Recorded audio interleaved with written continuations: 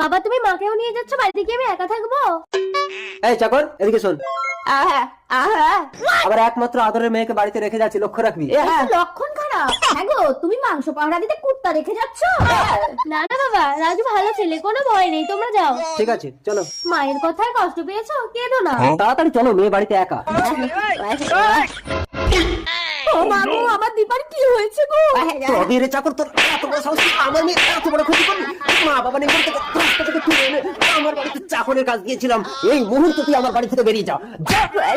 দীপা, কি হয়েছে আমার দীপা? দাও চলাচ্ছি। এটা কে? এ তো মনে হয় মরে গেছে। বাবা, ওই জানোয়ার আমার সাথে জবরদস্তি করার চেষ্টা করছিল, রাজু ওকে মেরে ফেলেছে। আমার রাজু কোথায়? রাজু! তার মানে রাজুকে আমি ভুল বুঝে মেরেছি। রাজু